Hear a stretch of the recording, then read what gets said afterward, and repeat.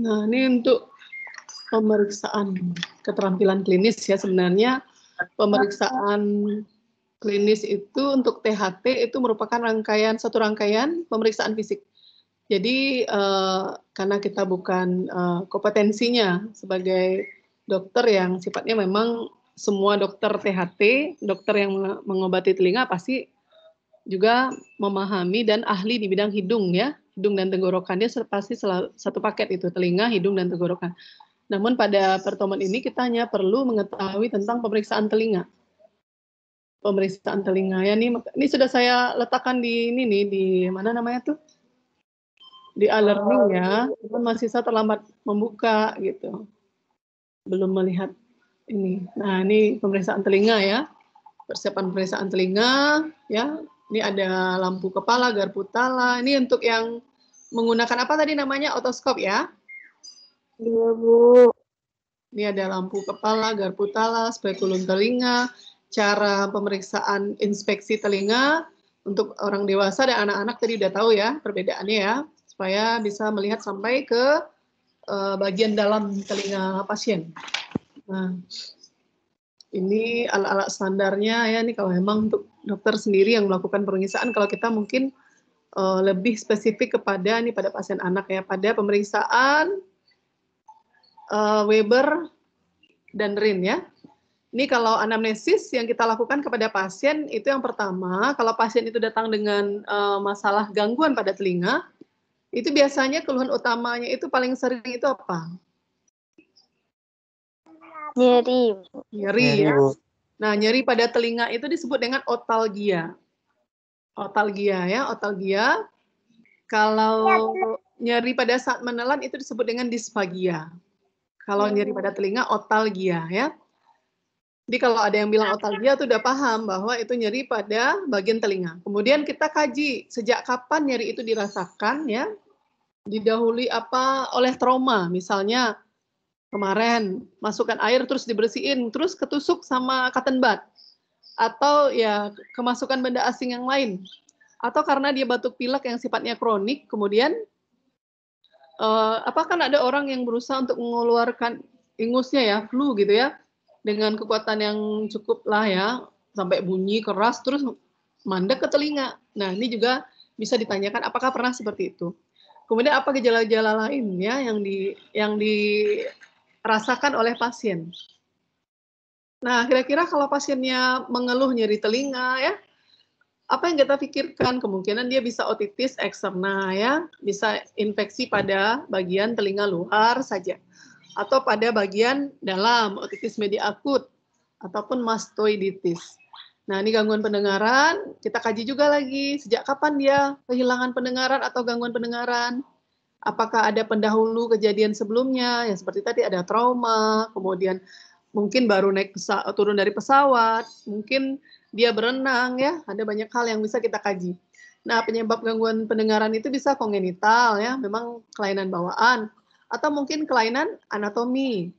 Bisa juga karena otitis infeksi ya, infeksi pada bagian otitis eksterna dan media, baik akut maupun kronis. Kemudian pernah mengalami trauma yang saya sebutkan tadi, kemudian benda asing, ototoksis, degenerasi, dan noise induce. Nah, noise induce ini yang di itu perjalanan dengan menggunakan pesawat ya, atau karena mungkin keributan yang memang tidak bisa ditoleransi suaranya oleh telinga.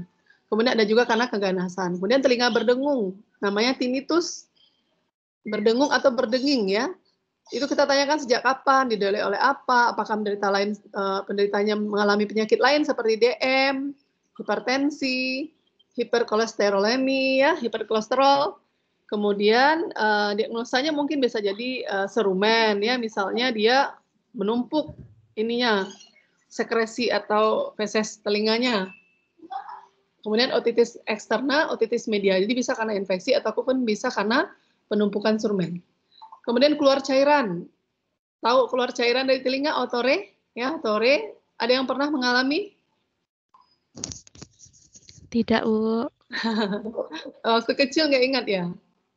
Kebiasaannya anak-anak nih sering nih ya. Dan ini berulang kejadiannya. Sejak kapan, didahului oleh apa?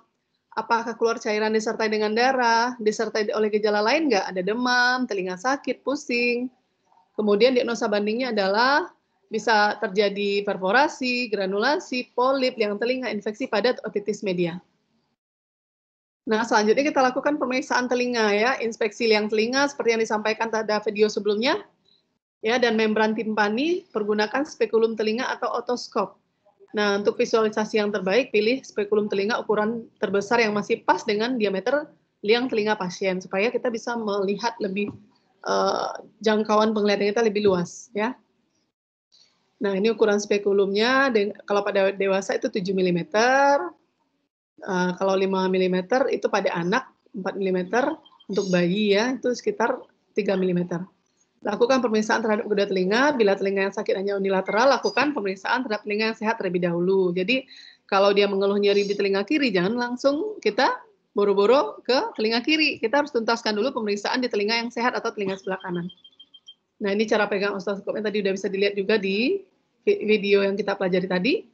Kemudian kita inspeksi telinga. Yang pertama adalah kulit dan daun telinga. Yang kedua muara atau lubang telinga ada atau tidak. Kulit telinga dan daun telinganya normal atau abnormal.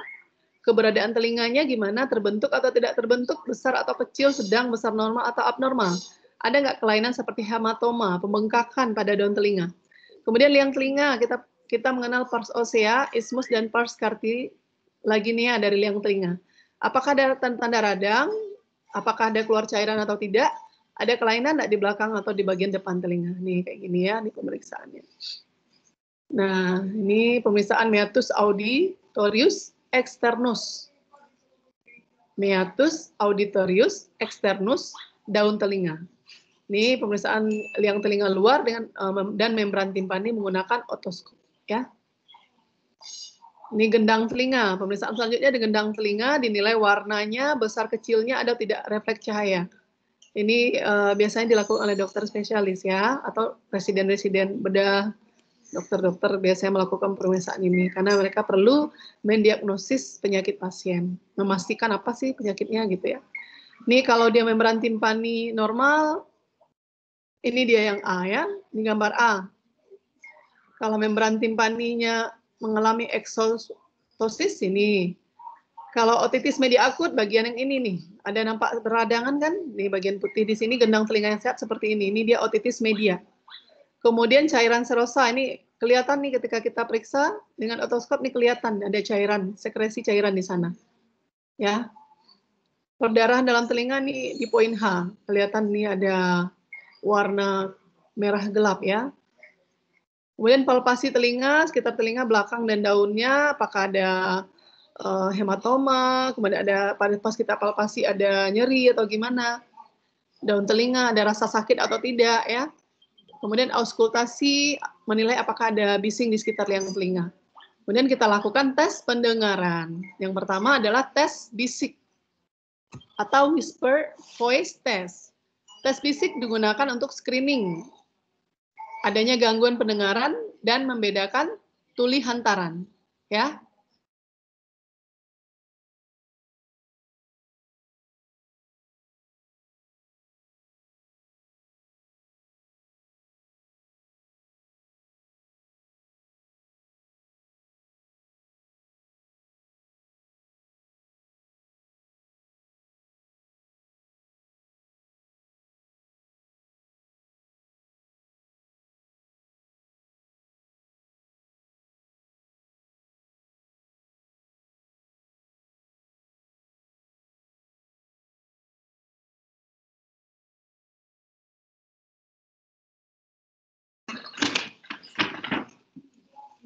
Nah, untuk tes berbisik ini, tes bisik ya, tes bisik.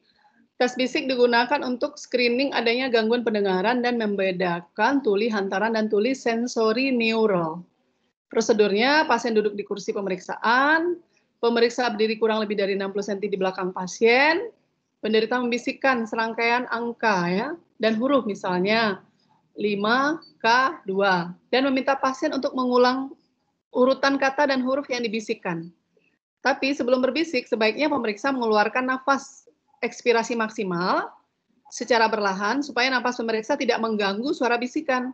Karena kalau kita membisikkan 5K2, tapi nafas kita tidak kita atur dulu, jangan-jangan nanti pasien menjadi terdistraksi pendengarannya gara-gara hembusan nafas si pemeriksa. Jadi jika pasien dapat mengulang bisikan dengan benar, berarti tidak ada gangguan pendengaran pada pasien. Namun jika pasien tidak dapat mengulang rangkaian kata dan huruf yang dibisikkan, ulangi pemeriksaan menggunakan kombinasi angka dan huruf yang lain. Mungkin kita tadi saat melakukan pemeriksaan itu menyampaikan huruf dan kombinasi dengan kata huruf dengan angka tadi, mungkin kita sendiri belum mengucapkannya dengan tepat gitu ya. Agak kurang jelas artikulasi penggunaan pengucapan kata dan huruf tadi. Nah, maka sekarang kita berikan lagi tes untuk memeriksa kemampuan pendengaran itu dengan cara tes bisik tadi dengan memberikan kombinasi angka dan huruf yang lain ya. Misalnya kita bilang mungkin 3 gitu ya, 3 M 4 gitu misalnya. Nah, dilakukan pemeriksaan terhadap telinga kanan dan kiri. Dia awali dari telinga yang normal dulu ya, yang tidak ada gangguan pendengaran, yang pendengarannya lebih baik. Selama pemeriksaan lubang telinga kontralateral ditutupi dengan kapas. Telinga yang lain diperiksa dengan cara yang sama, tetapi dengan kombinasi angka huruf yang berbeda.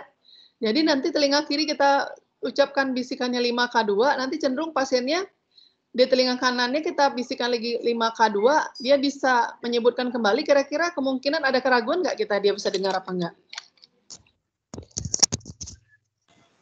Ada, Bu. Ada kemungkinan, Bu. Ya, kenapa? Karena sebelumnya dia udah mendengar, Bu. Jadi bisa aja dia langsung jawabkan, Bu. Ya. Karena dia sudah mendengar 5K2 dan dia yakin ini pasti angkanya sama nih gitu ya.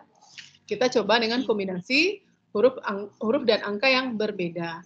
Pasien tidak mengalami gangguan pendengaran jika pasien dapat mengulang dengan benar paling sedikit 3 dari 6 kombinasi angka dan huruf. Jadi misalnya tadi 5K2 nggak bisa. Ya, kita coba lagi nih. 4T1 gitu.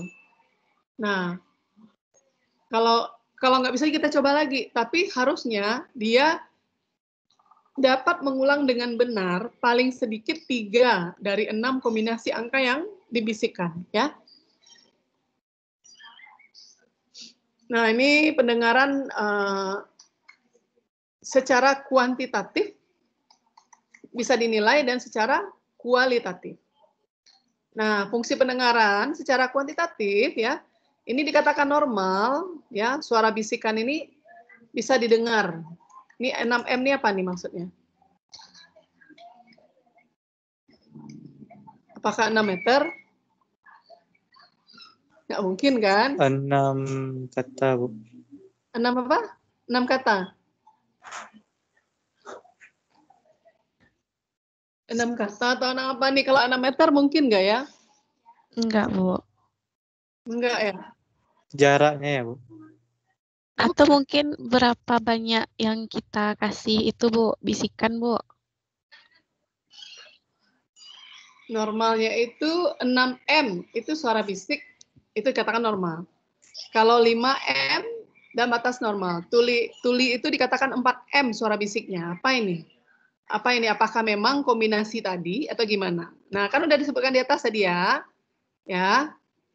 Jadi Iya, Bu. siswa cari ini, diskusikan di kelompok nanti dan ditambahkan di kesimpulan daftar tilik yang dibuat oleh kelompok secara bersama-sama, bukan sendirian ya. Nah, ini tuli secara sensori. Ini penilaiannya kualitatif. Sukar mendengar huruf desis frekuensi tinggi seperti huruf S, C, ya, S, Sh, dan C. Jadi dia sukar mendengar ya. Tidak mampu dia menjelaskan ketika kita sebut huruf S, dia agak susah mengulang kembali, dia nggak yakin itu huruf apa gitu ya. Yang sifatnya mendesis dia tidak bisa dengar. Sukar ya. Tuli konduktif sukar mendengar huruf lunak. Frekuensi rendah seperti M, N, W. Misalnya makan, W kan, N, W. Jadi itu kan memang hurufnya lunak itu. Tapi kalau S kan mendesis. Nah, ini tuli sensori. Kalau dia nggak bisa dengar ini atau kurang nih, berarti dia kategorinya tuli sensori neural. Tapi kalau dia susah mendengar huruf M, N, dan W, nah itu kategorinya tuli konduktif. Nah, kemudian ada tes penala dengan Garbutala ya. Garbutala ini menilai adanya gangguan pendengaran atau hearing loss dan membedakan tuli hantaran, konduktif hearing loss dan tuli sensori neural. Tes penala didasarkan pada dua prinsip, yaitu pertama, telinga dalam lebih sensitif terhadap hantaran suara oleh udara dibandingkan oleh tulang. Jadi, telinga dalam lebih sensitif terhadap hantaran suara oleh udara dibandingkan oleh tulang. Ini untuk telinga di bagian dalam. Bila ada gangguan pada hantaran suara oleh udara, telinga yang terganggu akan lebih sensitif terhadap hantaran oleh tulang. Disebut tuli hantaran murni.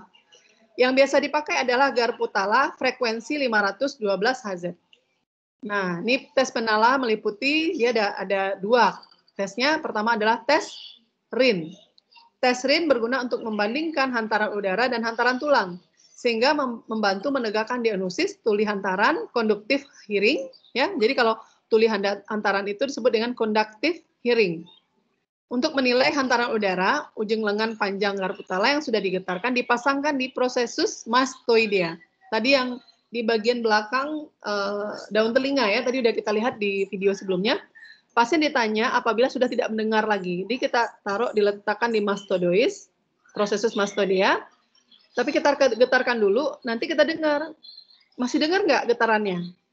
Nah, kalau pasien bilang tidak lagi, apabila sudah tidak mendengar, Garbutala dipindahkan 1 inci di depan meatus auditorius externus.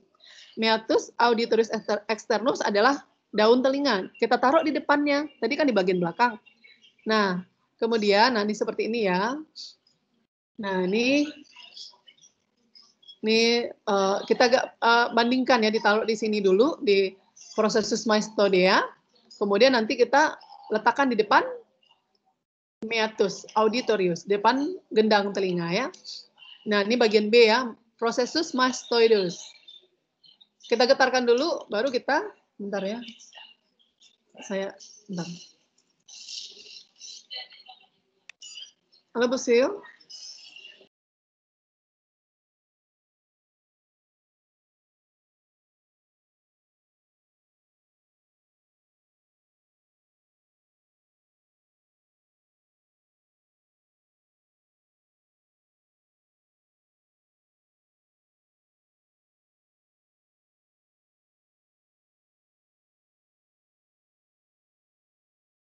Nah, ya, mohon maaf ya, bentar.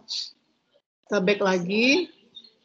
Nih, kita getarkan dulu Garbutalanya, ya, kemudian kita letakkan di prosesus mastoidea. Kita tanya pasien, apakah masih bisa dengar, Pak? Gitu. Masih dengar? Masih dengar nggak? Masih dengar nggak lagi? Ya udah, berarti kita pindahkan ke bagian depan daun telinga, ya. Bagian depan daun telinga yang poin A ini tadi, ya, diletakkan di depan meatus auditorius externus, ya. Sekitar 1 inci di depan meatus itu 1 inci berapa ya? Ada yang tahu nggak? Berapa senti? Konversi ya. Nah, interpretasi hasilnya apa? Tes RINE-nya positif bila suara dari konduksi udara lebih keras dibandingkan konduksi tulang. Tidak ada tuli hantaran, ya. Kira-kira yang konduksi tulang tadi yang mana? Yang B apa A? B, Bu. Oke, sip ya. Hantaran udara? Yang A, Bu. Ya, ini jelas ya, ini proses mastoideus. Ini tulangnya ya, namanya prosesus mastoideus ya. Kalau di sini jelas nih di depan daun telinga, ya itu harapannya udara bisa nganterin getarannya ya. Jadi kalau dia positif, suara dari konduksi udara, suara di poin A pendengaran ini ya, ketika didengarkan di depan daun telinga itu lebih keras terdengar dibandingkan di prosesus mastoideus ya, getarannya itu didengar. Kalau tes RINE negatif, suara dari konduksi tulang lebih keras. Jadi yang di poin B tadi, ini pemeriksaan B, terdengar lebih keras, ya, itu menunjukkan adanya tuli hantaran atau tuli sensori neural total. Suara Garbutala ditransmisikan melalui konduksi tulang tengkorak dan diterima oleh telinga kontralateral tes rinenya false negatif ya. Jadi itu tes rine false negatif. Dia bisa mendengar lebih keras di poin B ketimbang di poin A. Harusnya pada tes rinenya positif ya, suara konduksi udara lebih keras dibandingkan konduksi tulang. Artinya dia tidak ada tuli hantaran. Oke? Jadi di pemeriksaan A dia bisa mendengar lebih keras karena hantaran udara. Kalau ini tulang, dia melalui tulang tengkorak, diterima oleh telinga kontralateral. Nah, ini tes Weber. Tes Weber untuk menilai terjadinya lateralisasi suara. Tes Weber dilakukan setelah tes Rin, bertujuan untuk membedakan tuli hantaran dan tuli sensori neural. Garputala yang sudah digetarkan diletakkan di vertex atau di tengah dahi. Nah, ini dia, di tengah dahi pasien. Di tengah dahi pasien ditanya, suara terdengar sama nggak? Dahi itu bukan di sini ya, tapi di sini. Nah, di tengah dahi pasien ditanya, suara terdengar sama keras atau lebih keras di sisi satu kiri, di sisi kiri kanan? Apakah di kiri saja yang lebih keras atau di kanan, ataukah sama? Suara terdengar sama di telinga kiri dan kanan, berarti tidak ada lateralisasi. Kemungkinan kalau telinga kanannya ada gangguan, maka kemana kira-kira lateralisasinya? Ke Ke kiri, Bu. kiri, Bu. Ya, berarti kalau telinga kanannya itu udah ada gangguan, infeksi, tadi juga tes rinnya juga negatif false ya. Di kiri kemungkinan besar lateralisasinya akan lebih cenderung ke kanan. Suara terdengar lebih keras di satu sisi. Ada lateralisasi.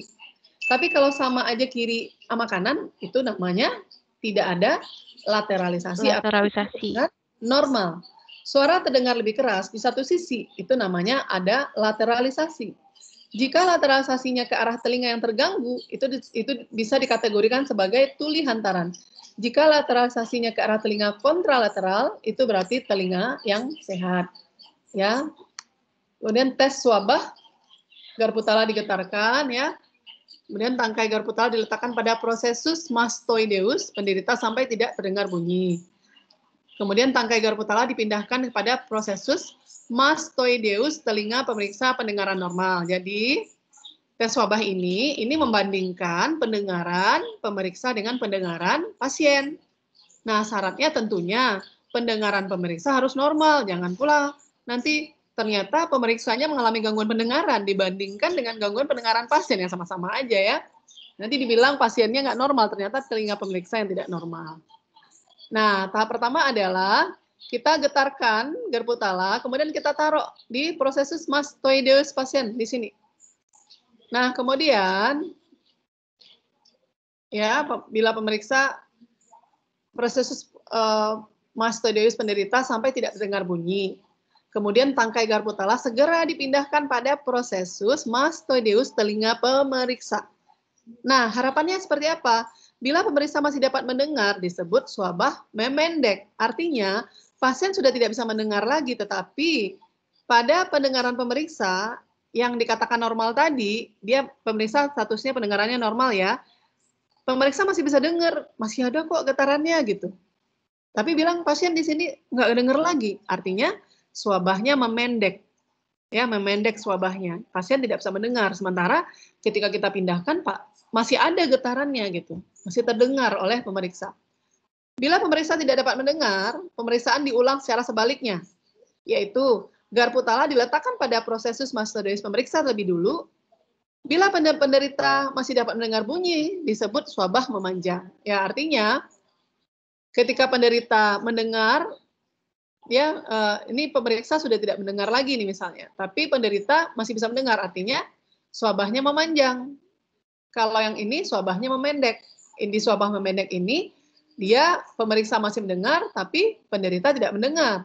Kalau di swabahnya memanjang atau tuli konduksi, ya penderitanya masih bisa mendengar, sementara pemeriksa tidak bisa mendengar lagi. Bila pasien dan pemeriksa kira-kira sama-sama mendengar, disebut sama gitu ya, berarti sama-sama dengar, artinya swabah sama dengan pemeriksa, yaitu kategori normal ya. Nah, ini dia interpretasi interpretasi untuk hasil tes ya. Normal ya, positif rinenya, tidak ada lateralisasi, sama dengan pemeriksa. Inilah kategori pemeriksaan hasil tes telinga yang normal untuk pasien. Nah, di sini ada lagi tuli hantaran, negatif, lateralisasi kiri, ya, sobah memanjang. Nah, ini tolong dipelajari aja nanti ya. Di sini ada keterangannya ya, apa itu AD, apa itu AS. AD aureus dextra, AS aureus sinistra. Apa itu artinya? Aureus dextra apa?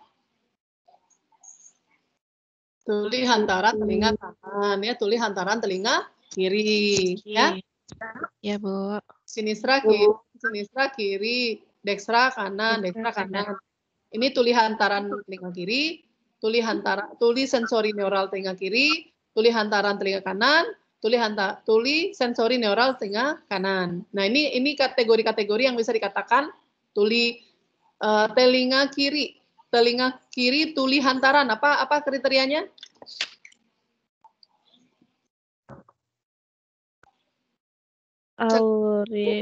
Aureus tuli hantaran. Apa kriterianya? Tes ringannya negatif. Ya, agak kuat dong. Tes ringannya negatif. Tes ringannya negatif. Tes lebarnya lateralisasi ke kiri, terus wabaknya memanjang. Oke, tinggal lihat di sini ya. Kalau dia tuli hantaran telinga kanan, ya udah. Di sini bisa kita lihat nih. Ya, rinenya negatif. Kemudian lateralisasinya ke kanan, karena emang punya masalahnya di kanan. Swabahnya memanjang, sama-sama ini, cuman bedanya ini negatif, ini negatif juga sama ya. Yang beda itu adalah tuli hantaran dan sensori neural. Ketika dia mengalami tuli sensori neural, maka rinenya bisa positif atau false negatif. Jadi agak meragukan di sini ya. Di sini dia seolah-olah orang normal ya. Tapi di sini ada lateralisasinya ke kanan dan swabahnya memendek. Oke, itu aja kan untuk pemeriksaan telinga? Iya, Bu. Tes fisik, tes swabah, tes rine ya. Iya, Dan Bu. pemeriksaan fisik telinga udah ya. Pemeriksaan fisik telinga tadi udah 2 kali ya kita lihat di video dan kita bahas tadi apa-apa aja poin